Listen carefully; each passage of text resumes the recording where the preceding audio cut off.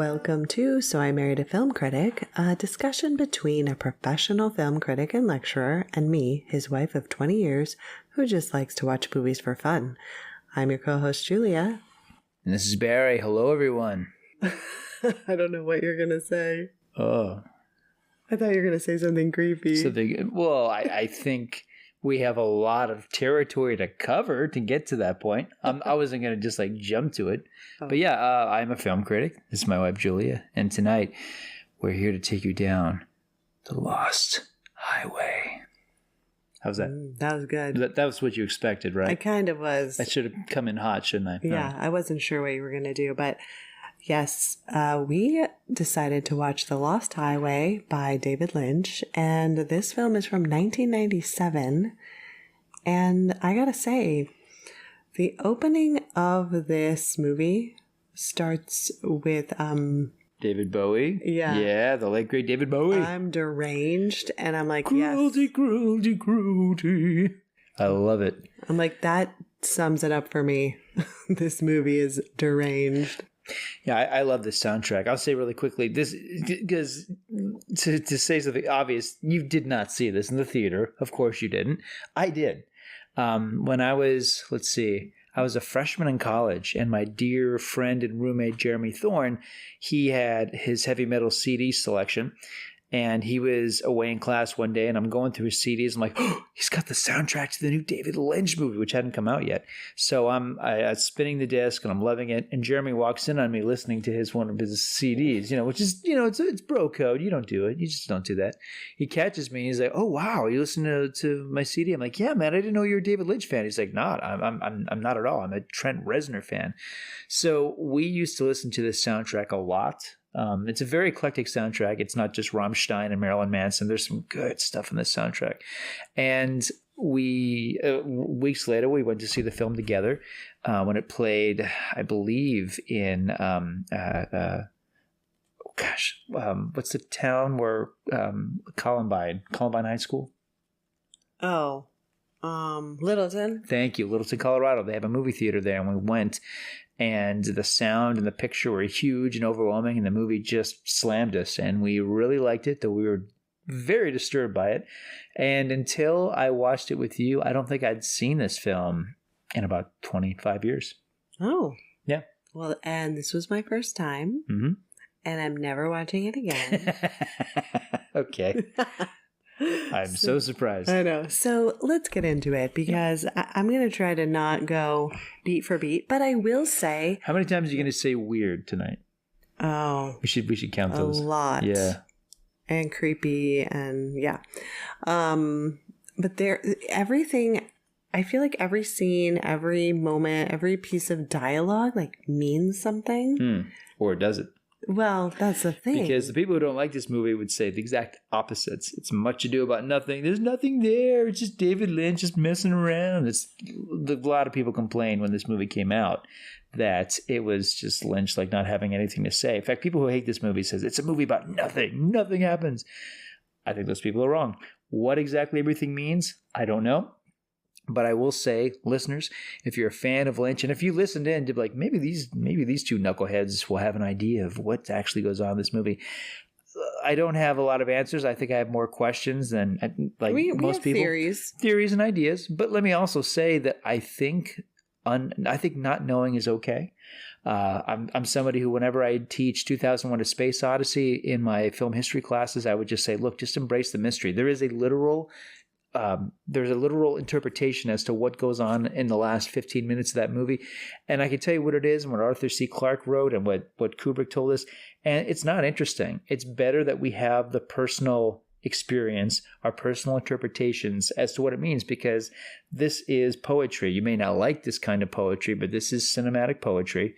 And sometimes the psychological, deeply rooted responses that the film is inspiring us to have is really better than knowing exactly what goes on. So I would encourage anybody who loves Lynch, or if this is your first time, watch the film, see what it does to you. Don't worry about what everything it means exactly, although you and I will try to peel back as many layers as we can, although it's, I don't even know that Lynch doesn't like people to overly interpret his films, and frankly, I don't like to either.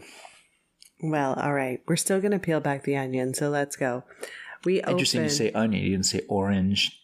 You didn't say like a banana. No, you're like, it's an onion. Because that has more layers. Layers and layers. Oh, you're being complimentary. Oh, okay. Yeah, I wasn't calling it like stinky. Okay, I'm like, oh, you really don't like this movie. You compared it to an onion. It's not a compliment. That's a very common phrase, by the way. It's a very, very good vegetable. Okay. We open with Bill Pullman in his house, smoking, looking a little paranoid, I will say. We find out he is married to Patricia Arquette, who plays Renee. Yep. And she's like, I'm not going to your club tonight. Bill Pullman plays Fred. He's a saxophone player. Yeah. And I gotta say, I don't love his saxophone playing. I feel like it's not good. We should be very clear about this. This isn't the kind of saxophone music we listen to on the radio or we applaud whenever we hear like the solo in an 80s tune. This is the kind of saxophone music that even Tom Waits would be holding his ears going, oh, make it stop. This is highly experimental. You could even say maybe it's intentionally awful. Maybe. It has, I mean, you know, if it felt awful. If Fred, this character, is a bundle of nerves, then maybe it's just coming out in his music. And this scene also had major strobe light effects. I had a really hard time. I wonder if David Lynch is trying to hurt the viewers that basically thumbed their nose up at Fire Walk With Me, his prior movie. I wonder if he's like, I'm just going to get him. He's like, I'm just going to give everyone seizures. How about that? I'm going to send you home early. Okay, so Fred calls his wife from the club. She's not around. He gets home. She's sleeping. He's just like staring at her, kind of like a creep. And then the first thing in the film, we should say very quickly, was that he asked, like, what are you going to do? And she's like, read. He's like, read. Almost like he's mocking her, like, you can't read. Yeah, like, what would you be reading? But the way, you and I have already spoken about this, but the way these actors are talking, that was one thing I know a lot of critics jumped on when this movie came out. It's like, they're not even good in this movie. The acting in this movie isn't very good. No, these are great actors. They're giving very deliberate line readings in which the words that they're saying are in contrast to the way they're saying the words. So it's almost like they're possessed, or it's almost like they're going through the motions. We're not exactly sure what's up, but I mean, you get a sense like, okay, like this could be a cute scene, and instead these two actors are playing the lines very differently. Mm-hmm. It's an interesting choice. Right, so the next morning, there is a package on their walkway, and it's a videotape. I will say, Renee wears a lot of silk. She wears a black silk robe and high heels around her house. There's a lot of black in... A lot of silk. Yeah, a lot of black, a lot of silk, a lot of silky blackness. I wonder what she does. I wonder, as I was telling you, we've had a lot of conversations about this film already. I wonder if she is an actress who didn't quite make it. I wonder if she grew up in Hollywood. So she's just like, you know, my father's a director. My uncle's a producer. So she just kind of grew up with money. And she's supporting this experimental saxophone player. I think she's kind of like a high-end call girl, but we'll get into it. Okay. All right. All right. So they put in this videotape that was left on their porch, and mysteriously with no. Yeah. It's not UPS. Right. Just a manila envelope. It's just a few seconds of the outside of their house, and they're kind of like. And the response is, "Oh, it's a real estate agent that might want to buy our place." Yeah. Which is like very Hollywood. Oh my God! Okay, look at somebody wants to buy our house. Oh wow! They just like took like 3 seconds of a video. Okay, very cool. I like it. It's very chic, very different. Very I like experimental, just like the movie we're in. It's that meta. Yeah. Then we have the infamous red curtains that Lynch just like loves to throw in his movies everywhere. This movie is dealing with double lives, alternate dimensions. I do think in a way it's Lynch tipping his hat saying like, if you like the red room in Twin Peaks, then there might be some things to consider here. I do think it might be Lynch saying like, I'm not done with this idea yet of doppelgangers. Mm-hmm. We have Fred thinking about his wife leaving the club with someone else. Oh, dun dun dun. Yeah. Infidelity. I'm not sure. Then we have a really weird sex scene with the two of them. It's not every day you get to say a really weird sex scene. Well, It's just... I'm going to listen to this episode later. I'm going to count all the times you say weird. Yeah. Seriously. Okay, you should. I think it's going to be like 26. Keep a tally. That's my prediction. But it's like up close of their faces. There's some slow-mo. She looks very disengaged. Despite the nudity and the graphicness, I don't know if graphicness is a word. Despite the graphic nature of this scene, there's nothing sexy about it. Yeah. You know? I mean, they just kind of look like, all right, we're married, we're doing it. They look like they're very unhappy to be there. Yes, yeah, exactly. Yeah. Later, Fred tells her about a dream he had. And in the dream, Renee is inside of the house calling his name. And he couldn't find her. She was lying in bed. It looked like her, but it wasn't her. But then he wakes up. And I'm like, well, is he waking up from the dream he was telling her about? Little unclear. And then she has a creepy man face. And then turns back into herself. Yep. And we later find out who the creepy man is, but we're getting there. We'll get the next day. There's another envelope on the porch. Videotape man is, yeah. That real estate agent's persistent. I know. We were like, did Netflix get their idea for their mail from this movie DVDs? Yeah. You know, imagine if it was a real movie and not an evil videotape like The Ring. Yeah, exactly. This could really be something. Here's a business idea. So the videotape is of the outside of their house, kind of like before, but then it goes inside of their house. It's a special edition, director's cut, more footage. And shows them sleeping in bed. And they are so freaked out, they called the police. These two detectives come. They're very nonchalant. They're kind of like... So is everybody at this point. Yeah, they're like, do you have an alarm system? Like, maybe you should use it. And they kind of check things out. They say they'll watch the house and do their best. It's what we do. It's literally a line. They're like, thank you. Like, it's what we do. Like, oh, okay. Great job, detectives. I don't know. Did you have any thoughts about this particular? I wonder if David Lynch has ever dealt with police in his life, because it does seem like... I don't know if the cops would ever say this under any circumstance, but it's Hollywood cops, maybe? Maybe. Because I think the one thing that would be missing is, if it's a Hollywood cop, before they leave, like, hey, I have a script. If you know anybody who wants to read this, and my resume is attached to the back, and here's my business card and my headshot. Okay, we'll look into this crime for you. I mean, at one point, one of them is on their roof, like looking down through a skylight, and Fred's just like staring up at him. And it's like they're both just like staring at each other. Well, they're like dusting for prints. Like they don't seem like they really know what they're doing. No, they're just kind of walking around, and they're like, yeah, maybe you should start just using that alarm system you have. All right, have a great day. Yeah. Okay, the next scene is the pool party scene. Oh man, this is it, folks. This is the scene the movie is known for. Yeah, it's a great scene. Bill Pullman's Fred is just walking around. His wife meets up with a friend who I believe is Andy at this point, played by Michael Massey. So Bill Pullman's walking around. He immediately sees these freaky deaky dude who clearly is the face that he saw on his wife the other night in bed. Oh my goodness. So white-faced, hair part in the center, all dressed in black, no eyebrows, played by Robert Blake, of all people.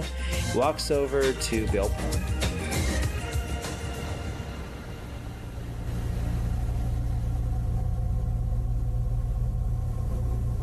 We've met before, haven't we? I don't think so. Where was it you think we met? At your house, don't you remember? No, I don't.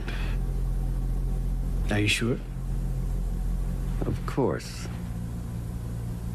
As a matter of fact, I'm there right now.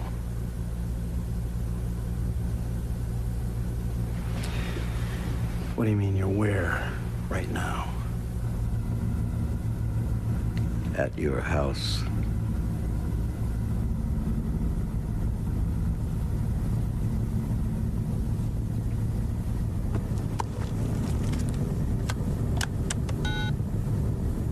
Call me.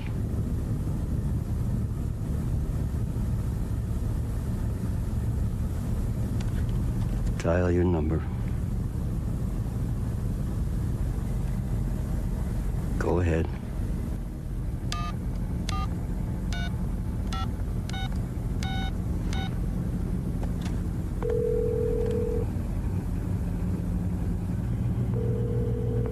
I told you I was here.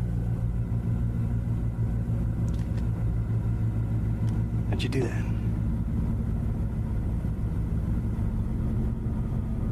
Ask me.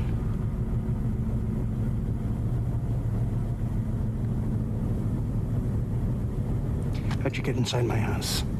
You invited me. It is not my custom to go where I'm not wanted. Who are you?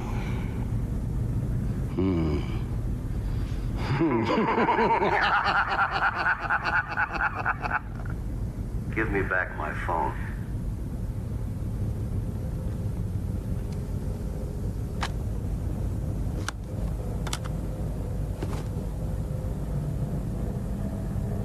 It's been a pleasure talking to you.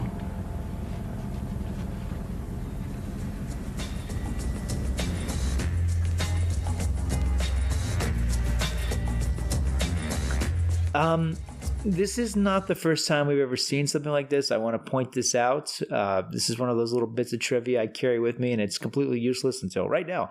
In 1985, there was a revival of The Twilight Zone. The pilot episode was called Shatterday. It was written by Harlan Ellison. The episode was directed by Wes Craven. It starred Bruce Willis. And the first thing he had ever done before, prior to Moonlighting, Bruce Willis, in the very first scene, he's at a bar. He calls his house.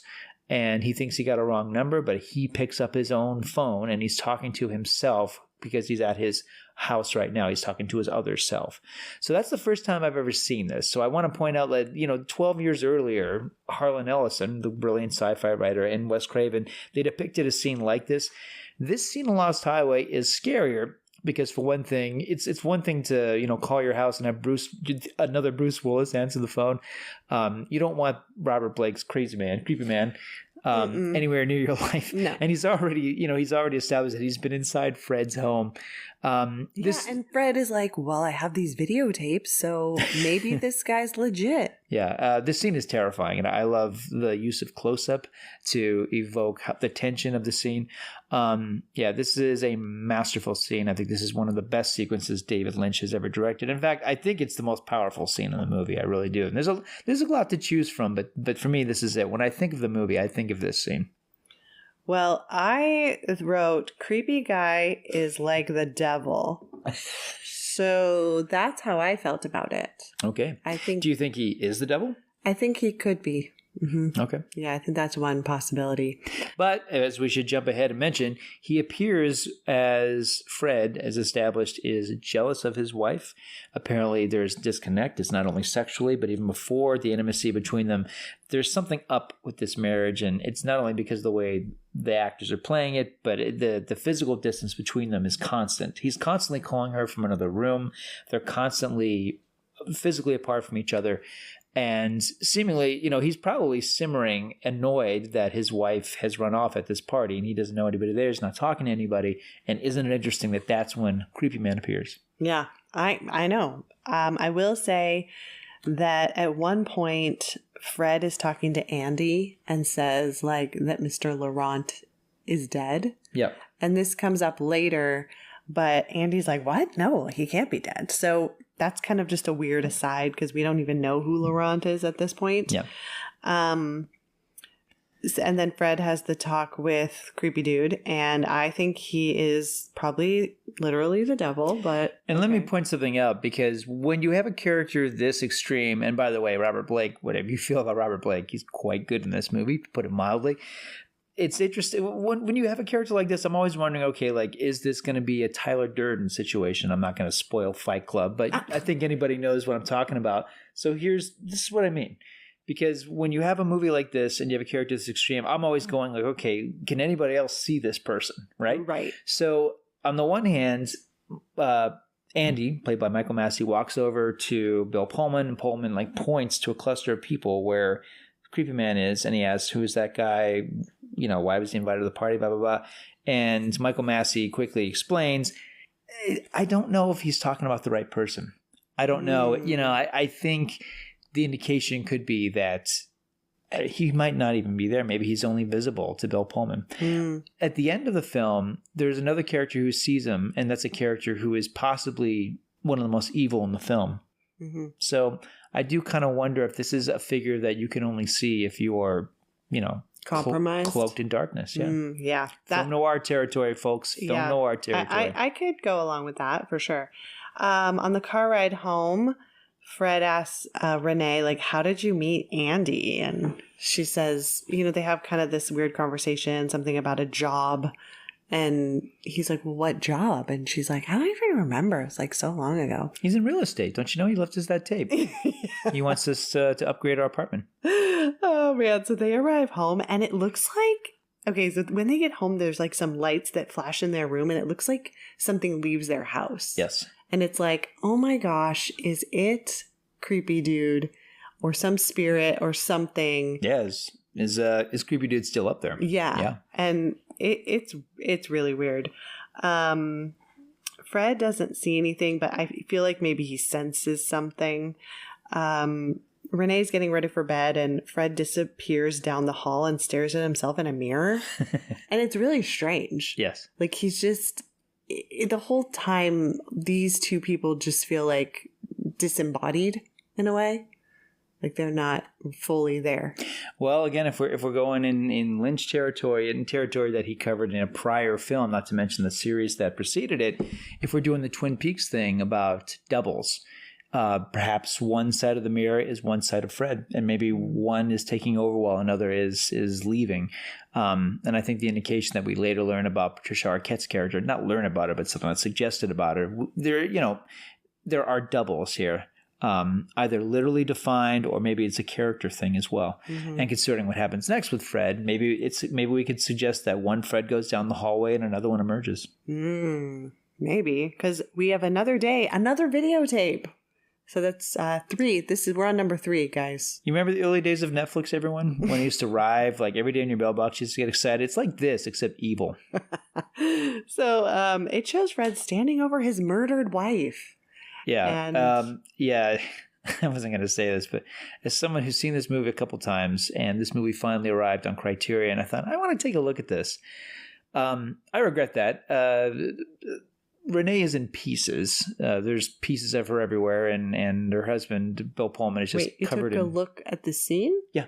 Oh. The frame, because it goes by very, very quickly. But if you actually freeze frame it and you see it in color, it's a pretty messy set. It's pretty gross. You did. Ew. I wanted to see. I was curious. I study film, for Pete's sake. Okay. Anyway, I regret that. And if you all know a good therapist, remember it's soimarriedafilmcritic.com/therapy for her husband. So then we see Fred with the detectives and he's just like, tell me I didn't kill her. And the jury finds Fred guilty of murder. Yeah, within 2 minutes. We're on fast forward here. Wow. It just goes by so fast. And it's almost like they've sentenced him to death by electric chair or something. But he goes into a cell and he keeps seeing Renee's dead body in his mind. And at one point, Fred falls to his knees. He needs to see a doctor. And the doctor's like, have you been sleeping? And he's like, no, I haven't been sleeping. Like, obviously. I'm in jail for murder. I am not sleeping. Not doing well, doctor. But hey, you got a saxophone? I can play you a song. So he kind of is back in his cell and he's just like, guard.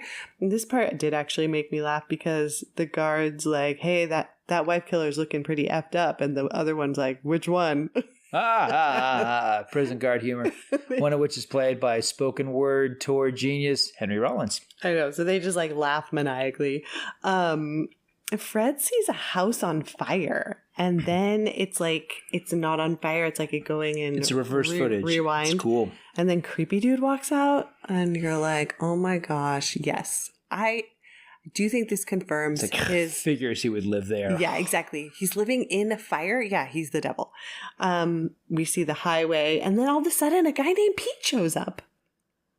Yeah. Well, what would you say? Is it a metamorphosis? Is it a transformation? What's going on with Bill Pullman? It's like his head is melting or something. I have no idea because some of these transitions just go by so fast and the editing is so quick. I'm not going to watch it frame by frame. Let me throw out a possible interpretation. Maybe, perhaps, Fred does get electrocuted and maybe this is the brain damage that he's receiving and those volts is the rest of the film. In those moments which maybe feel like hours for him, this is the lucid dream that appears. Yeah. Because at one point I did think like, oh, they're gonna put him in an electric chair, Yeah. and then they put him in the cell. Yeah. And he does keep talking about how his head is hurting. Yeah. So maybe, and that is a repeating motif throughout the story. Exactly. With the character that's standing in for Fred. So, yeah, maybe Fred is dead. We don't know. So now we're back at the prison after it's like, who's Pete? What's happening? And a different man is in Fred's cell. Yeah. It's Peter. Played by Balthazar Getty. And of the Getty legacy. And yeah. He's a Getty, folks. Look it up. Then good actor, though, by the way. Lord of the Flies. He's a good actor. He's done good stuff. Then the guards are kind of like, we have a problem. We have this like random guy. We don't know where Fred is. Yeah. And so Peter's parents come to get him and take him home. And then there's cops outside of Pete's house, and this continues. These cops just basically follow him around. I found it interesting that Pete's father is played by Gary Busey. And Busey is constantly in a leather jacket. His hair looks like So is the mom, leather jacket. Is this what Hollywood people look like? I wonder, is it just like, hey man, we live in Hollywood, you know, you always dress like you're going to be an extra in an action movie. I don't know. Maybe it's just what David Lynch thinks regular people dress like. Or is this like is this like Amy Poehler in Mean Girls? Is this one of those parents that are trying a little too hard to be cool all the time to their young people? I'm the cool mom. Because, I mean, these two, I mean, they look like they're going to open for Depeche Mode. They look really cool the way they're dressed. I'm like, man, has Gary Busey ever looked better in a movie? He looks awesome. Yeah, but we don't really, they're not in it very much. No. The movie needed more Gary Busey. Hilarious. Okay, so Pete looks traumatized. He's just sitting in his backyard. And he's got this interesting circular scar that's scabbing over in his head. Yeah, he's got a head injury. Yeah. And I don't know what that's about. And he doesn't remember anything. It almost looks like a bullet hole. Mm-hmm. Yeah, it's interesting. And of course, he has these repeated headaches later on. I mean, even his friends come over. They don't know where he's been. And I was like, wait, how long has he been gone? One of his friends is Scott Coffey, who later appears in Mulholland Drive. And another friend, apparently it's Giovanni Ribisi. I didn't even recognize him. Oh, no, I didn't recognize him either. Yeah, these characters are very small. They go by quick, except for the female in the group, which is played by Natasha Gregson Wagner, the daughter of the late, great Natalie Wood. Yeah, she's worried about him. She's kind of like, what happened? Where have you been? Where were you? Yeah, Sheila. All right, now Pete goes back to work. How long was he gone? Working for Richard Pryor, folks. We don't know. Wow. Richard Pryor in his final film role. Oh, this was the last movie? Yeah. Oh, wow. And Pryor, I mean, by his estimation, I think he's right. I remember him being interviewed. I think he's like, I think I did 100 movies. I think he's right. It's amazing that this is where it ended. I wish the role were funnier, because he was a comic genius even at this point in his life. The end of his life, he's wheelchair bound, but he's still, his mind was still very sharp. I wish Lynch had given him just a little more to do than be a character that anybody could have played. But to say the least, it is fascinating to see him in this. Now, this is where we meet Robert Loggia, who plays Mr. Eddie. The Loge. Oh, he's so good. Yeah. He shows up at Pete's work. He goes with him. He's like, Pete, get in the car. I want you to hear something. And he kind of is like, best ears in town. And I'm like, that's so weird. So Pete. But he, as Balthazar Getty's Pete demonstrates, he can hear what the problem is, pulls over the car, gets out a wrench, tightens things up, and he's got it. So no, he really is, he has like a Yoda understanding of how this car works. He does. Mr. Eddie then just takes him for a drive. A guy is like tailgating him, and he's so Mr. Eddie like waves him forward. The guy flips him off, and Mr. Eddie almost runs him off the road and then beats him up. And he is like, tells him not to tailgate anymore and to read a driver's manual. And it is like the most extreme road rage in a movie ever. It's again this example, like as I mentioned in the first scene, where you have dialogue that can be completely, like to read the dialogue that Loggia has, it's like he's reading from a driver's manual about how you should never tailgate. But what's amazing and hilarious is that Loggia is beating this guy within an inch of his life, beating him to a pulp. Yeah, the guy is like crying. Well, yeah, it's shockingly violent, but it's so funny. Yeah, it's darkly humorous and hilarious, and Loggia is just ferocious in this role, in this movie in general. Because they take off, and he's like, "I'm sorry about that, Pete, but tailgating is one thing I cannot tolerate." And I love it how right before Loja, he gets flipped off by the guy, and right before Loja like hits the pedal to the metal, like his two goons in the backseat, they silently buckle their seatbelts. Like, oh, this again. He's going off the rails. That guy's dead meat. So the cops recognize Mr. Eddie as Mr. Laurent. Dick Laurent. There we go. Yep. So I'm like, maybe he knows Creepy Dude. And then I was like, oh no, what if they're like in cahoots together? But it's already been established in the first half of the movie that Dick Laurent is dead, correct? Isn't that what Andy tells him? No, Fred tells Andy Dick Laurent is dead. And Andy's like, what? No. How do you know? You know, like, where'd you hear that? And he's like, I don't know. I just know. So it's weird. Interesting. And when we get to this portion of the film, Balthazar Getty's character, Pete, there's a lot of echoes of who he was when he was Bill Pullman. Not to get too confusing about it, but he's, whenever that aspect is introduced, it's almost like he gets headaches or he's physically repulsed by it. It's almost like his body is rejecting the fact that he used to be Bill Pullman. Yeah. Which is strange to think about it like that. But Pete and his girlfriend go for a drive, and there's like, car sex, and the cops that are following him are just like, yeah. Yes, with car sex with Natasha Gregson Wagner. We should keep that straight because there's a lot of sex in this movie. This is probably, I think this is the dirtiest film David Lynch has made, actually. Yeah, you didn't tell me that was going to be happening. Is that a problem? I was more worried about how you do with Robert Blake in this movie. I know. I'm not really worried about the sex and the nudity. Yeah, the Robert Blake stuff was I was a little more worried about the nightmare fuel, to tell you the truth. Yeah. How you would react to that. That's true. So this goes back to what you were saying about Pete being repulsed by the Fred stuff, because when he's at work, there's a radio station playing what sounds exactly like Fred's terrible saxophone music.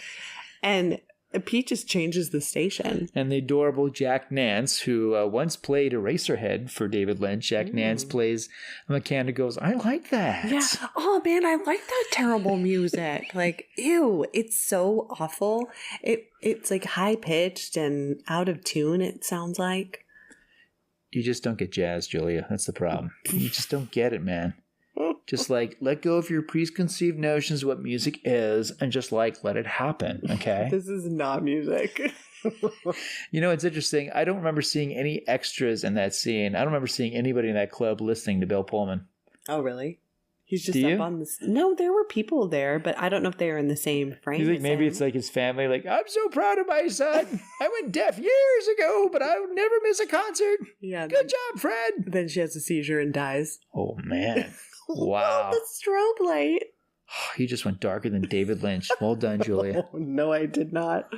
Okay, Mr. Eddie returns, and this is where we see Renee, who is also played by Patricia Arquette. But now with beautiful, long, blonde, golden hair. Yeah. Yeah. So this she looks like oh gosh, like Marilyn Monroe, Rita Hayworth. I mean, she looks movie star glamorous.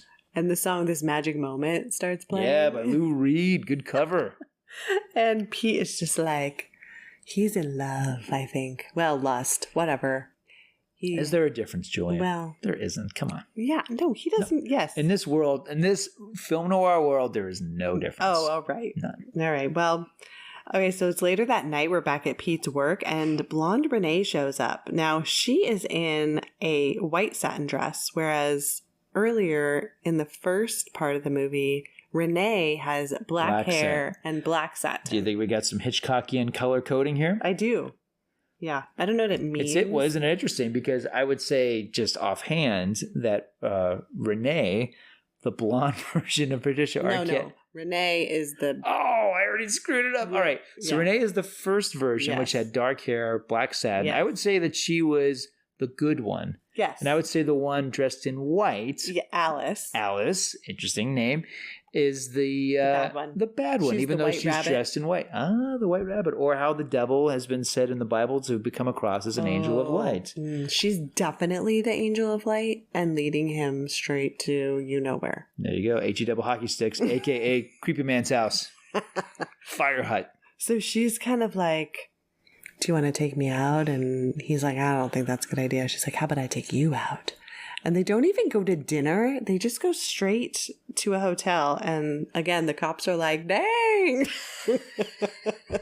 this guy is getting around. Wastes no time whatsoever. I know. It's good to be Balthazar Getty in this movie. Yeah, they meet up another night. I love this. She calls him at home and she's like, meow, meow, it's me. Can you call me like that? Not kidding. I would love that. Except when I have someone with me and I have you on speakerphone, that'd be pretty bad. That would be bad, yeah. Like, I'm driving my mom right now. Can we not do that right now, please? This is really embarrassing. Meow, meow, it's me. Mom, can you hold, please? Oh my gosh. So she has to go somewhere with Mr. Eddie and just kind of is like, we have to be careful. He suspects us. And I'm like, all right, this is bad news for Pete because he knows Mr. Eddie. He knows the violence that he's capable of. And now he's like getting with his girl. I mean, okay, I'm going to have an affair with Mr. Eddie's girl. I mean, as long as I don't tailgate him, I'm probably going to be okay. Yeah. He's like, he can't abide tailgating. How about sex with his girlfriend? Wait a second. Is tailgating a euphemism for anything? If so, I'm in a lot of trouble. Yeah, exactly. So then it seems like Pete's having a psychological break. And after, Alice after a lot of sex scenes. Yeah, after Alice is like, I can't see you tonight. And he then goes to Sheila. And then this sex scene mirrors the first one we see with Fred and Renee, where it's just like really disembodied. Mechanical. Yeah. Graphic, but not sexy. Right. Which is, I got to hand it to you, David Lynch. Well done. I know. It's like these are good looking people, and it's an erotic film only in the technical sense, but it's a very unsexy movie about attractive people. Then we have a scene with Pete's parents. They want to know if he remembers what happened the other night. The parents remember that night. I guess Pete came home with Sheila and another man they'd never seen before. And then we have this like weird flashback. And I'm not sure who that man that came I think they're talking about creepy dude. You think they're talking about creepy dude? I think they're definitely talking because they've never seen the man before. That tends to be, they tend to speak about him in very mythic terms whenever they're talking about this character, any of these characters. And it seems like Pete vanished on the front lawn. That's what it looks like. That's what I thought too. Where Yeah. It's just like he just like disappeared literally. Yeah, just a dissolve. Yeah. And there's some lightning and then what? He ends up in the jail cell? in prison. Yeah. It's really weird. Yeah. Nobody wants to talk about it. The next day at work, Mr. Eddie comes by and he's like, tells him how much he loves Alice and he'll kill anyone who makes out with her. Yeah. Anyway, I'm just talking about this coincidentally. So what have you been doing lately? What have you been up to? Yeah. Like any hobbies? Yeah.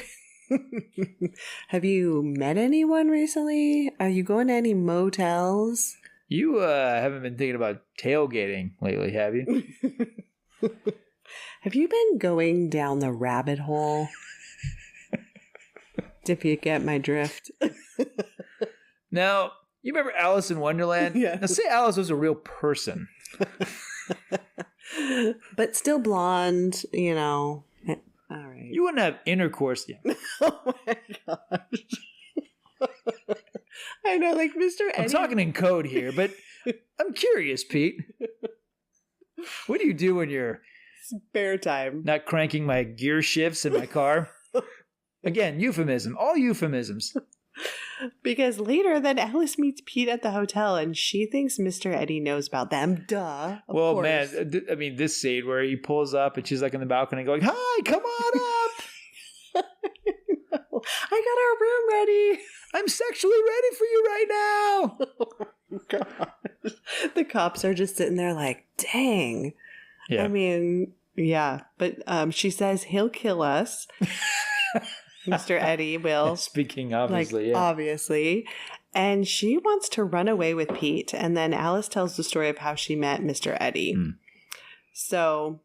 And this is, some critics say, look, I'm talking generally about other film critics who I love and respect. I do. I love reading film criticism. Most of you all know that. One of the biggest haters of this film, of course, was the wonderful late great Roger Ebert. He especially objected to the scene because he said it's one thing for the characters to exploit and abuse Patricia Arquette. It's another thing for the director to do the same. I don't feel that way. The fact that Patricia Arquette strips down for this scene, I agree. It's an exploitive, gratuitous touch, but the scene ends there, and I do love. I love the way the scene is staged, and I love how it's showing her very slowly walk over to Mr. Eddie in a state of being disrobed as well as terrified. She reaches out her hand for him, and suddenly it cuts back to Pete, and the scene goes on. The flashback ends. I like the way that's handled, frankly. Mm-hmm. This isn't a movie that has a lot of restraint, but I think that scene is well done because it suggests a lot more than it shows. Well, and also, I think we kind of, now we see that their relationship is not... It's sordid. It's about imprisonment. It's exactly. Yeah. That it's not like he just met her on at a bar and picked her up. No, she's a prisoner of Mr. Eddie. Yeah. And she's making a lot of money by being with him and his associates. But if we're going to talk about this in terms of film noir, it's she's some senses, no, actually a lot of senses, she's a traditional gangster's mall. She does not have freedom. She does not have agency. She is arm candy. That is her role. But she is also someone who's a lot smarter and stronger than that. And, we see the ways that she's fighting against that, one encounter, one person at a time. Yeah. And she did meet him, I think, through this Andy guy. Yes, it's Andy's fault. Yeah. But she got pulled into this, right. I think. Yeah, I agree.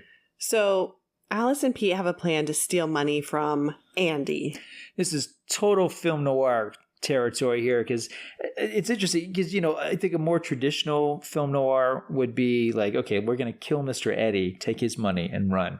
But this is more like The Source, proper revenge, and we don't like it. Yeah, I think at this point we actually kind of, Robert Loggia is such a colorful villain. I'm kind of glad they're keeping him in the film. Well, we don't hate him the most right now. Yeah, Andy is scum. Andy and Creepy Dude. We don't... Creepy Dude is in and out of the movie, though, at this point. But there's, multiple people that were kind of ooh, no, we don't like him, we don't like him. It's different levels of villainy, yeah. There's a lot of evil folks in this movie. It's very similar to Blue Velvet in that respect, where you've got... It's about the chain of command in the underworld. And, arguably Creepy Man, as you call him. Creepy Man, Robert Blake, he's kind of at the top of the chain because he has a supernatural presence over everything else. And then below him would be Mr. Eddie. And then you've got Andy, who's the lackey for Mr. Eddie. Right. So Alice is like, I'll go over, party with Andy. You come at this time, you knock him out, we steal his money, and then we're free to do whatever we want. So I love to tell my students whenever I teach on film noir, and I do it a lot. And there's this whole thing of look, it's a love story. It's two people morally compromised, the femme fatale, the unreliable hero. They're in bed, and she says, you and I could be happy, you and I could be rich. We commit this one little murder, and everything will be just fine.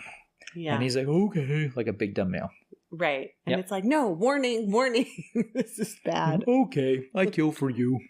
So Pete goes home and he finds Sheila. She's ticked, but now she leaves. But then she's like, there's a man on the phone, and it's Mr. Eddie. And he hands the phone over to Creepy Dude, and he says he's been to his house. Oh, man. Oh. He's good. He's a good real estate agent. Yeah. And Mr. Eddie keeps going, you doing okay? Pete, just want to make sure you're doing good. Yeah, you're doing okay? And then he hands the phone to Creepy Dude, which is, again, beyond... The way it's shot, I think, is especially uncomfortable because the actors are facing the camera, and Loggia almost seems to be in a trance. And the way he hands the phone, the camera basically just pans to the left, and there's Creepy Man. Yeah. Yeah. So Loggia and Blake are just doing a two-hander creepy thing. And then at the end... Mr. Eddie gets the phone back. She's like, just want to make sure you're doing okay. And Pete is on the other end of the phone, tears coming down. Yeah. He's terrified. Of course. Yeah, which anybody would be after now. He knows what he's going to be doing with Alice. I've talked to the devil and Captain Tailgate. Things are going really bad, and now I have to go murder my girlfriend's former pimp. Yes, things are going really bad for Pete. Things are nuts. And he doesn't know where the heck he was the last couple of days, and he has this weird hole in his head. Yeah. And he just broke up with Natasha Gregson Wagner. So things are very bad. Yeah, when you put it like that, his life's a shambles. It's a whole lot of crap. Yeah. All right, so The next night, Pete takes the bus to where Alice is so they can rob Andy and run away together. He gets inside the house, and there's just like a huge porno with Alice on this big screen. And creepy German chanting, by the way. It's like... Excuse me, that's Rammstein, okay? That is one of the top German heavy metal bands of all time, okay? On the subtitles, it said German chanting. So that's what I'm going with. The subtitles don't lie. But it's like, okay, now we have poor Pete. He's now in the devil's lair. His girlfriend's porn is on the TV on like a huge movie-sized screen. Yeah. And he's supposed to now commit this murder, which he does very, very easily. Well, it's crazy because Pete hits Andy over the head. Not enough. Right, because then he gets back up. He pushes him into a table, and this like glass table just like goes through his forehead. Yeah. I mean, I don't know how they did this effect. I think it's pretty. I mean, I think they cut a little half circle in the table, and he just like put his head. It's like the arrow in the head trick. Yeah, I know, but like the way this actor is like positioned, he just had to be very still. Oh man. Yeah. For hours. I'm sure it's very uncomfortable. Yeah. Yeah. It's like Janet Leigh on the bathroom floor. I mean, it's bad. I mean, it's impressive. Yes. But it looks grisly and gnarly, as it should. Yeah. So in, oh my gosh, so Alice comes down and she's just... Good job, Pete. Yeah, yay, way to go. And she just starts like taking jewelry off of... Yeah, it's like, all right, you did your part. I don't need to act like I'm all cutesy anymore. Like, let's get out of here. Yeah, but then we see and by let's, I mean me. Well, this is where we see the picture. Yes. And it's a picture of Alice, Mr. Eddie, Andy, and Renee. And now... And he's so we see two Patricia Arquettes in one picture, which is very creepy. Because it's like, oh, wait a second. Are they two different people? Yeah. And then Pete's like, is this you? Is this you? She's like, obviously this one's me. And she points to the blonde one. Yeah. It's just a real tossed off moment. Like the film doesn't stop to linger on it. And, you know, we're in Vertigo territory here. You know, Hitchcock had, you know, the bottle blonde versus the brunettes. And, you know, if they're the same person, the duality here. But it's frustrating here because, wait a second, one of these women is supposed to be dead. Are they sisters? Yeah, and the movie quickly jumps over the possibility and continues with the film noir plot. Yeah, because I was thinking she was going to say like, oh yeah, I have a twin. Yeah. But she doesn't say that. No, not at all. I mean, that would be an easy explanation, but of course we're not going to get that. No. And at one point, I want to say really quickly, Pete goes upstairs to use the bathroom. He goes into the wrong room. I've never understood what this scene's about. There is a woman in there. I think it's supposed to be I wrote Pete goes to the bathroom. He opens the door to find Alice like doing it with some guy and then closes the door. Yeah, I don't know. Look, and I remember vividly when the movie was over in the parking lot talking with my dear friend Jeremy about what we had just seen. And we both liked the movie a lot, really admired it. But I mean, there's so much here that baffled us. And this was a moment like, I don't get it. Because the way it was shot, it looks like it's a purposeful blur effect on the top of the frame. So, I don't know if it's an aside. I don't know if it's a look into a different portal. I don't know if we're really seeing yet a third Patricia Arquette. Yeah. Not sure what's up. And I wrote this quote like, did you want to ask me why? It's like, that's what she says to him. It's very weird. So we're looking into her soul. This is yet another doppelganger. Not sure. I know. So then the real Alice that we're dealing with points a gun at Pete and is like, do you trust me, Pete? And it's like, everything within him should say no at this point. But then they steal Andy's car and now they're on the highway. The lost highway. Yeah, they go to the cabin that was on fire in Fred's dream earlier. Creepy man's address. I mean, you know what? She knows where it is, by the way. Yeah, this is like nightmare fuel, this cabin, where you're like, bad things have happened here. I know it. Well, you look inside the cabin. The thing that gives it nightmare fuel, there is a couch that has the plastic wrapping on it. Yeah, like... That just... Man, well done, David Lynch. That's like every kid's nightmare when you go over to your grandparents' house. Like, we leave the plastic wrap on because they're grandkids, with their crayons and their ice cream cones. Oh, my God. It just always makes that loud crinkle sound when you sit on it. That's not why it's nightmare fuel. This is where bad things happen. On that couch. Yeah, on that couch. But you get the plastic wrapping to like prevent it, but it's creepy because that wrapping just stays on the couch indefinitely. Okay. All right. Well, I want to go on because this is like the weirdest sex scene ever. On the one hand, it's like Patricia Arquette, she's gorgeous. I get it. But, a bed and something sanitary to lie on. But even she doesn't want to have sex with him in this cabin because it's like evil. She would rather go back outside in the dirt, in the desert, with the headlights shining on them. Yeah. So it's like the headlights there, you can't even really see. I mean, they're almost like washed out. Yeah, it's so like they're bright. Glowing. Yeah, but the wind, the dirt, like the dust that's flying around. I mean, it's like the elements of the earth are burning. I know. I'm like, sex outside in the light of the car headlights on the dirt. Yeah. This is not sexy, but I mean, it's a good looking, movie like thing. Oh, that's what Lynch's detractor said. It looks good, but what does it mean? Yeah, but at the same time, I'm going, this looks very uncomfortable. They're just kind of like rolling around. Bless these actors. It takes nerve to do a scene like this. Okay, so I wanted to talk about like what they say to each other though, because that's key. I agree. Before, when they're talking about their plan with killing Andy, and this is kind of after she talks about how she met Mr. Eddie and everything. She's like, "Do you still want me?" Almost like, are you still into this? Yeah, exactly. Yeah. And then, okay, fast forward to this scene in the desert on the ground. They're both naked and stuff, and he just keeps saying like, "I want you, Alice. I want you, Alice." He says it over and over. And after this very long scene, it goes on for quite a while. Yeah. Apparently she's done. She gets up and she'll go, "You'll never have me." She walks off, goes into the house of evil, and that's the last we ever see of Alice. Interesting. So, what is happening? Is she going home? Oh my gosh. Well, is she? Daddy, I'm home. Oh my gosh, sick.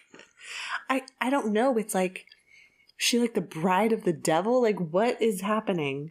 A succubus? I don't know. Yeah. Okay, but then Pete transforms back to Fred. And so then you have naked Bill Pullman. The intercourse was so good, he's transformed back to Bill Pullman. Like, what? I don't know. And then I think he recognizes that this is the house, right? That he saw. And it's like, now he scrambles to get dressed. So, Which is smart. Yeah. Yeah. So he can fight creepy dude. You don't want to deal with creepy dude with no clothes on. That's real nightmare fuel there. Yeah, exactly. So goes inside the cabin, whatever the heck it is. Creepy dude shows up in the car and then in the house. Fred goes in the house. There's no Alice, just creepy dude. And he has his video camera and he's like chasing him. And I'm like, oh my God. Yeah, in 1999, 2 years after this came out, Entertainment Weekly had a list of the 20 scariest movies of all time, and this movie was on the list, and they cited this scene where the creepy man, Robert Blake, is chasing Bill Pullman with his camcorder, with his arm reached out to him. There's just something psychologically uncomfortable about it. Lynch is not a horror film director, but he knows how to make films scary in a way that gets under your skin. And this is one of those moments. Yeah, so now we're back on the highway, and what kind of highway is it? What kind? It's the Lost Highway. Yes. But this is where Fred, he shows up to the Lost Highway Hotel. Little on the nose, Mr. Lynch, but okay. Yeah, and now Mr. Eddie is with Renee now? Yes, it's a sex scene. And it's weird because it's like, how do they know each other? Yeah, exactly. And when Renee vanishes on her husband, when her jealous husband, Bill Pullman, at the earlier part of the film calls home and she's not there, is this where she goes? Does she go down that dark hallway and have an affair at the Lost Highway Hotel with Mr. Eddie and then come back? I don't know. That's a good question. So, Fred, is this really Renee? Or is this a manifestation of Alice? Is Alice going through the looking glass once again and becoming someone different? Is there two people, or is it one person who can simply shapeshift? Ooh, I don't know. These are all good questions, but Fred beats up Mr. Eddie, throws him in the trunk of his car. Creepy dude just like watching. It's very, very strange. Fred drives back to the desert, fights Mr. Eddie, and ends up slitting his throat. Yeah. And it's like... Very satisfying, by the way. There's a part where like a knife ends up in Fred's hand, and then you see later that creepy dude handed Fred the knife, which is a very devil thing to do. It's very helpful. He needed a knife. He's like, here you go. Yeah. And then, I don't know, we're like, a film is handed to Mr. Eddie, and we get a flashback. And I was like, we don't want to see. Is it a snuff film? Because it looks like a snuff film. Yes. A porn snuff film. A porn snuff film, yeah. Which is... A twofer, as they call it in Hollywood. Is probably one of the most disturbing parts of this movie for me. I think it's stylized enough that, I mean, I'm not saying it's not disturbing, but I think Lynch does it in a way that's, artsy and formalistic enough that... For you. Okay. Yeah, it was a tough, I was like, I don't want to watch this. And a cameo by Marilyn Manson we all don't want to watch. No, which made it even worse. So there's a flashback to to Mr. Eddie watching this film and making out with Renee in Andy's house. Is it Renee or is it Alice? It's Renee. Okay. Brown, dark hair. Ah. So then the creepy dude shoots Mr. Eddie and then he multiple disappears. times. Yeah. So now we have the cops at Andy's house, and now the photo that we saw earlier changes, and it's just Renee, Mr. Eddie, and Andy. It's an eerie touch. No Alice. Not sure what that means, but yeah, it's a very eerie touch. I like that. And the photo is black and white. It could not be creepier. Yeah. So then either version. I was like, okay, I don't remember what my earlier theory was. It'll come back to me. But that part just was so strange, the photo. Because you think the photo is like a clue, and then it ends up, he tricks, I feel like Lynch is tricking us. It's not really a clue. And you tricked me because we were watching this movie, and you're like, yeah, the movie's almost over. He's going to wrap it up, and it all makes sense in the next 15 minutes. And I go, oh, really? That's great. You're like, no, I'm just kidding. I don't mean to be cruel to my wife listeners, but sometimes it just happens. And I was like, dang it, I was so excited for this to all be like wrapped up in a bow, and that's never happening. That's how I felt watching Mulholland Drive. Like, okay, at any minute, everything's going to be explained. And no, not at all. So we see Fred drive home to his house, and we hear like Dick Laurent is dead, and then the cops chase Fred onto the highway. And you said at the beginning of the film, when Fred the very first scene, because it's slow. And one of the reasons it's slow is not only to establish mood and to kind of pull you into the film, but Bill Pullman is taking his time, and the listeners, this is the first 4 minutes of the movie. He's taking his time to go outside to answer the door. If you listen, you'll hear a door close, and you'll hear the squeal of the tire run off. And we see that physically in the last scene of the film.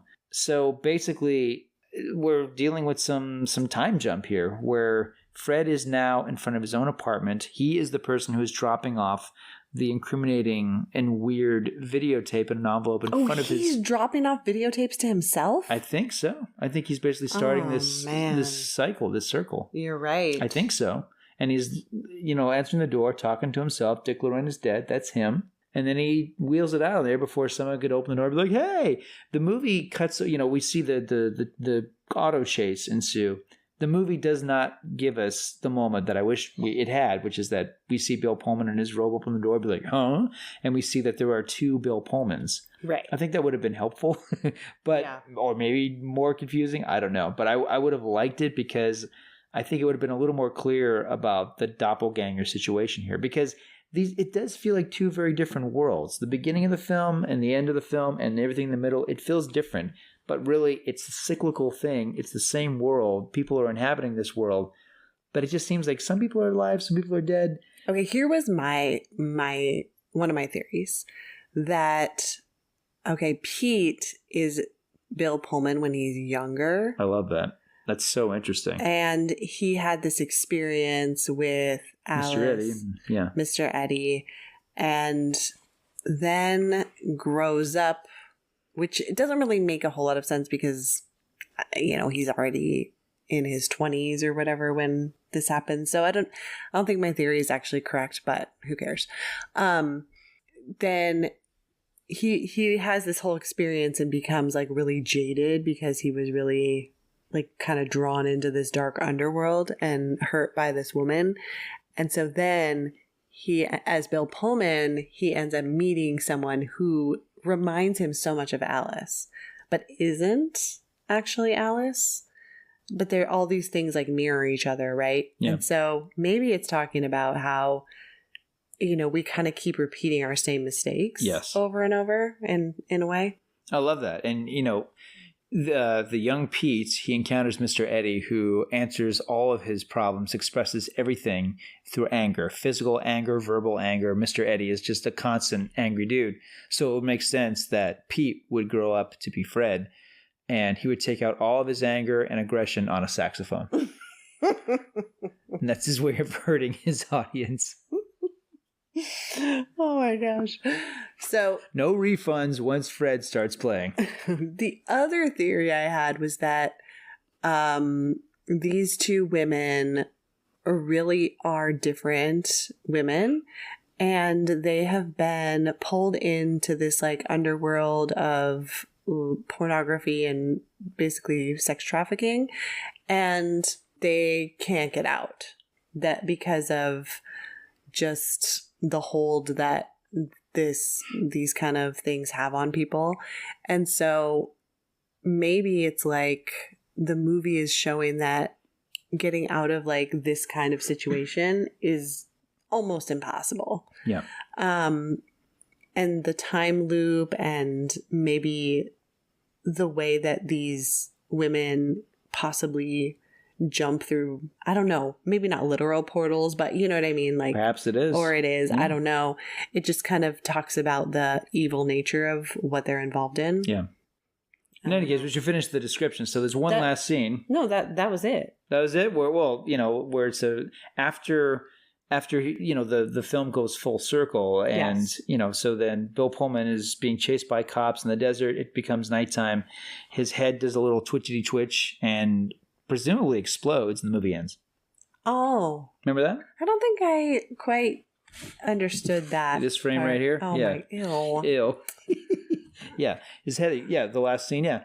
But maybe his head explodes because he's in a time electrocuted. Loop. Oh. To go back to that idea. Yeah, the O. Henry occurrence at Owl Creek Bridge, the idea of, this whole thing being this twisted, sick fantasy that he has right before he's electrocuted. Okay, so if we thank you for that. Okay. Do you get it? Because it's like electric bolts? No?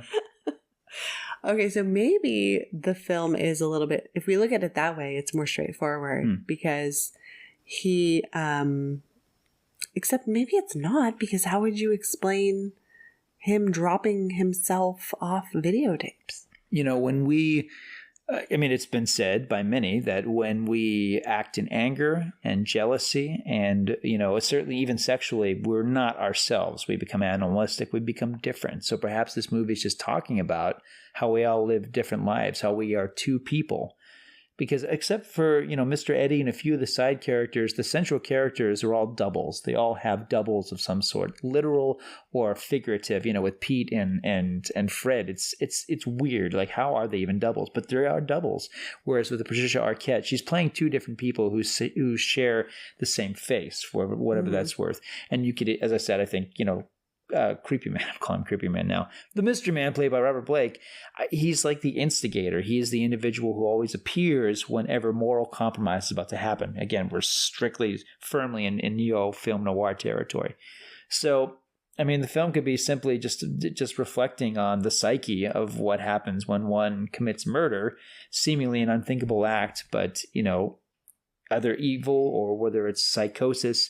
Robert Blake is representing which is ironic because what he ended up being on trial for. But he's representing, evil that occurs in marriage and relationships and life. Okay, so maybe Fred, we see that he sees his wife leave the club with somebody. We see that he's not quite sure what she's doing when she's not with him, because, oh yeah, I'm going to stay home and read. Yeah, sure you are. What are you reading? So he goes into like a jealous rage and does murder her. And maybe everything that we see, like you said, is him making up this story. And in order to justify, in his mind, his murderous actions, like he comes up with like the worst possible thing. Like she's been, she's in pornography. She's like being trafficked. She's doing all this crazy stuff. Because that like for him is the only way he could live with himself, even though he's dying. But you know what I mean? Like live with the fact that he did this heinous thing. Right. And by the way, and yes, listeners, I did say at the beginning of this podcast that embrace the mystery. It's okay not knowing. And here we are talking about all these interpretations and theories and ideas that we have. But this is the one clue that Lynch has always provided. He said he wrote this screenplay during the O.J. Simpson trial. It was not over at that point. The O.J. Simpson trial was still, well into it. But of course, this, what we know about Nicole Simpson, Ron Brown, and what ultimately happened, it was said that OJ was jealous, and that if he is the killer, indeed, I'm not gonna go there tonight. But if he indeed is if he did it, that's right. That's the name of the book. That's right. Book no one read. If he did it, it was an act of jealous rage. So we could be talking about simply just a fractured mind of someone who commits a heinous crime. I mean, I guess you could even say that Fred was always the protagonist of this, such as it is, the whatever, anti-hero or antagonist of his own story. And because we're seeing everything from his fractured viewpoint, his point of view, he's envisioning himself, in another life. Oh yeah, because what does he say when they in the very first one of the first scenes of the movie, he tells the cops, I don't like to remember the way things happen. I like to remember them the way I choose to remember them. Yeah, because they're like, do you have a video cassette player, when they're like doing their fake investigation? And he's like, no, I just like to remember things the way I want to remember. Yeah, no, thank you for bringing that. I think that's a key line. I do. Mm-hmm. Yeah. And, I think it's okay, again, to watch this film, not have clear-cut answers. I mean, we don't have clear-cut answers. No, and we absolutely do not tonight. We're just speculating, and I suspect if David Lynch was listening to this, he'd be like, no, that doesn't check out. No, not even close. No.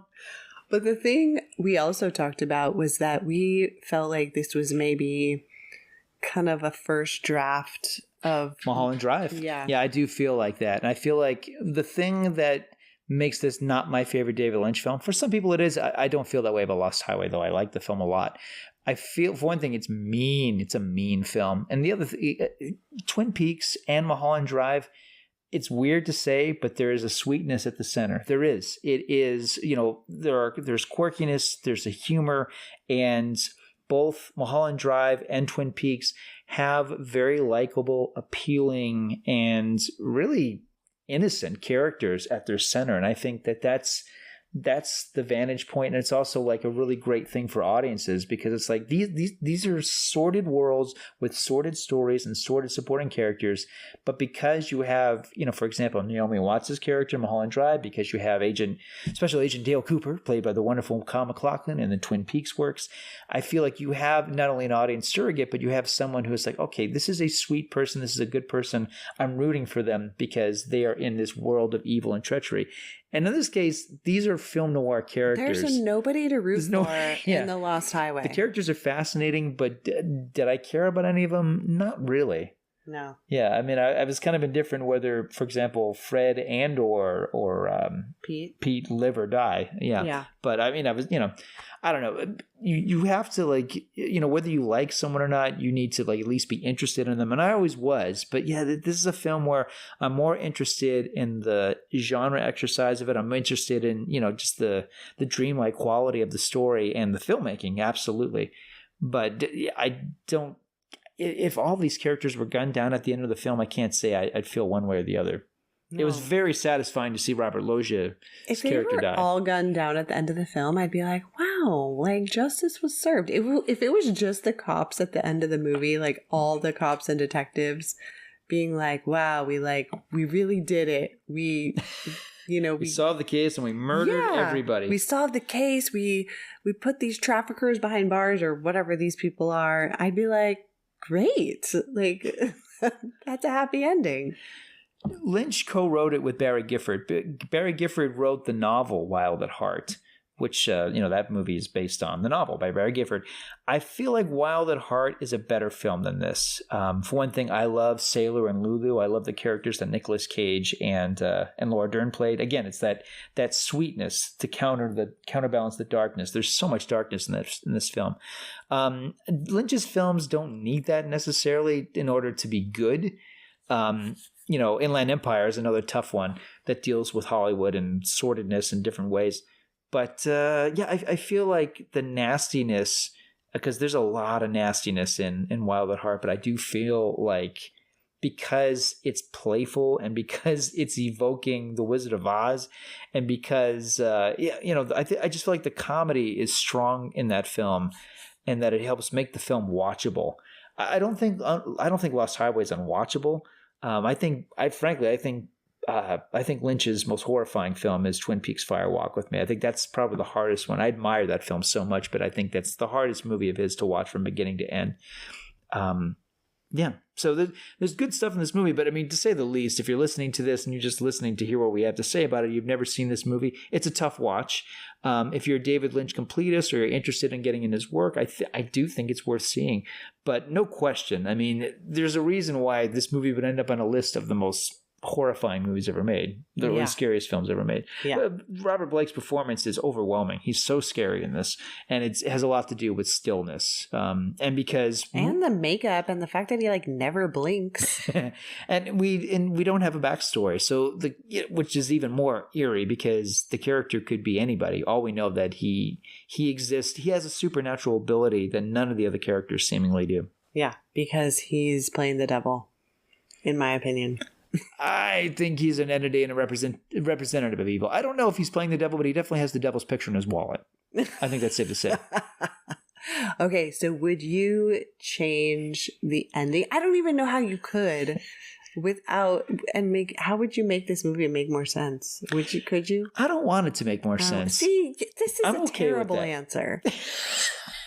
I'm okay. Because, I mean, look, if the film is meant to just make us uncomfortable and deal, with the world. Mission accomplished. Okay. Well, it's perhaps it's like watching someone's nightmare or someone's dream. I mean, that's the thing about Lynch. Sometimes his movies look like dreams. Sometimes they look like nightmares. They go back and forth. Mulholland Drive, I think, is a lot of that. And as I said, there's striking imagery in this film, but there's also imagery that's just blood curdling. So what would I change? Okay, I think I would have maybe made it a little bit clearer that Fred was getting electrocuted. And I don't think we have to see him in an electric chair or anything. It could even be just like a stupid sound effect. But I would like to know that he's dying, if that's the case. I mean, we spoke at length in a previous episode about Mulholland Drive, and it's funny that I'm very... Which I would watch again. I would never watch this again. That's so funny, because I'm defensive of Lost Highway. When, as I said before, with Mulholland Drive, I really despised that movie. I hated it so much the first time I saw it. And now that I revisit it time and time again, I'm okay with the third act being such a contradiction to what came before it. But it still doesn't explain a lot. But again, I'm like, that's neither here nor there with Lynch. I think what's important is that you feel so much with that film. You really feel for Naomi Watts' character. You love her because initially she's innocent and sweet, and her chemistry with Laura Herring's character is wonderful. And at the end of the film, your heart breaks for her. And in this case, I feel like I'm just not feeling enough for these characters, even though I think Bill Pullman is cool in this movie. He looks great in black. He's a great film noir character. And Patricia Arquette kills it in this movie. I think this movie needed, if I could add to it, I'd say I would want the saxophone performance to be about 3 minutes longer and even more punishing. And I want Gary Busey to have more scenes. Because I want to know what a Hollywood cool dad looks like. You just want this movie to be worse. Hey son, you want to go to premiere tonight? Oh my God. Do I want to be worse? No, I want to be longer. I want more strobe lights. I want to actually have a seizure, and then this film will be great. By the way, this soundtrack, I'm a huge fan of it. I've listened to it many times. Thanks, Jeremy. Why? How come the saxophone performance is not on the soundtrack? I'm now feeling like I'm gypped. I want them to re-release this soundtrack ears would bleed. with a longer. How many stars do you give this? You can be honest. Yeah, I'm gonna have to give it 1.5. Okay, I kind of thought you would. 3 for me. 3. It's not my favorite Lynch film, but I think its best scenes are worthwhile. But as I told you before we even watched it the other night, I feel like the movie peaks after 15 minutes.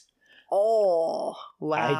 I do. I feel like the opening of it is terrifying. Yeah. The 2 people in the apartment, they're being filmed while they're asleep. They don't know what the nature of it is. And the party scene where we meet Robert Blake's character the first time, I think it's masterful. I do. And then you have the Balthazar Getty portion of the movie. It's not Getty's fault, although I don't think he's as compelling as Bill Pullman. But that part of the movie, I mean, you've got Loggia doing his thing. And at this point, he had done it a few times in Innocent Blood and Wild Palms and a few other things where he played an angry mob boss or an angry leader. But yeah, I don't know, like the second half of the movie, it just doesn't grab me, and it doesn't scare me, frighten me like the first part did.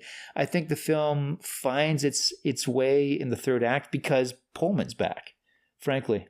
And I like the mystery of it. I like the fact that it's establishing that we don't really know this femme fatale. We don't know how dangerous she is. I like that she remains a mystery at the end, although let's face it, everything remains a mystery at the end of the film. So, I mean, if you're okay with things not being resolved, but that it being like watching someone's dream, I think there's a richness here. But is it for everybody? No. But what film is though? I've always hated some films are not for everyone. Well, what? The Shawshank Redemption is? Pretty Woman? Come on. Not every film is for everyone, but this one will really challenge you because frankly, it's parts of it are so frightening, but parts of it are campy, and parts of it are romantic, and parts of it are weirdly unerotic, but erotic at the same time. And parts of this film are deeply disturbing. It's Lynch playing, in his toolbox very well. But, frankly, it's a warm-up for Mulholland Drive. Yeah. And by the way, the movie he did right after this, a G-rated Disney film called The Straight Story, which is a distinctly Lynchian film, but it's moving, it's touching, and it shows that this was not the only thing he was capable of. But if you want to do nasty, sweaty, sleazy Lynch, Wild at Heart is a better film than Lost Highway. I think this is one of his lesser films, but I think it's still great. Okay. But you're 1.5 star. You're like, never again. Never again. It's cool that you'd watch Mulholland Drive again. I don't like. Let's watch it right now. Let's put it on. I don't like Nightmare Fuel. This movie went to a kind of a dark underworld that I do not like to visit. In fairness, I agree with that assessment because the Patricia Arquette sex movie that we see, the camera just will not get away from it. It's in the frame a lot to a point like we get it. And the flashback that you're talking about, it comes so late in the film. It's like, we know. The scene where she disrobes in front of him, as I said, it's actually done with a lot of restraint. I thought that was enough. We didn't need the Marilyn Manson scene. We didn't need all this extra stuff. Yeah. It's really gratuitous and I just think exploitative in a lot of ways. But I think this movie needed a lot more Richard Pryor. Oh, yeah. I think it needed more of those cops and their jokes. I mean, that would have made it a little bit better. This movie does not have a sense of humor. It really doesn't. And Lynch is funny. He, the tailgating scene notwithstanding, it's because Twin Peaks is hilarious. Yeah. Not the movie, but the series is really funny. Right. So, okay. I could have used a little more of a sense of humor and... Tell me how much you love that soundtrack. And no, but like you said, there's no audience surrogate, so it's really hard to find an anchor. Yeah. You just feel like you're like, where are we going? Because, in the Nightmare on Elm Street movies, in most cases, you got teens who you're rooting for. This is like a Nightmare on Elm Street movie with Freddy Krueger and no teens that you like, You got Freddy, and then you just got hoo-ha. Yeah. All right. Might be a little much for people. It is. It's a lot. Yeah. So anyway, I don't know if a lot of our listeners will even watch this film, but I'm passionate about David Lynch, and I appreciate you giving it a shot. And I promise, if we do Lynch again, we'll either do The Elephant Man or we'll do The Straight Story. We'll do the stuff that's heartwarming and beautiful and touching. And Aw. Yeah. All right. Sounds good. I think we covered it. I think so. All right. Good night, everyone. All right. And that concludes our discussion of The Lost Highway.